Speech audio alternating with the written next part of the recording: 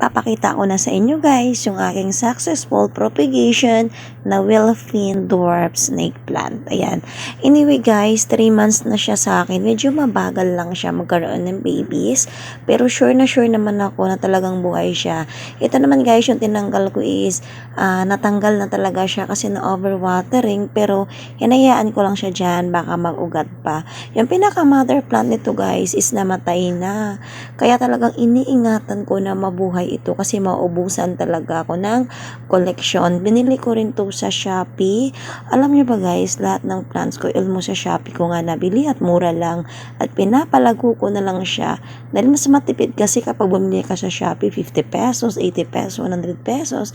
Kaysa naman bibili ka pa sa ibang plants na ang mahal kasi minsan. So ganun yung style ko para mas makatipid ako. Pinaparami ko sila.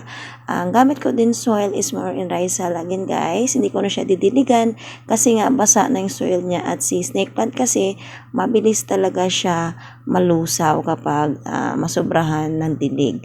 So ganyan guys yung gagawin natin and then ilalagay lang din siya sa shaded area. Update ko kayo guys after a week. Thank you. Bye.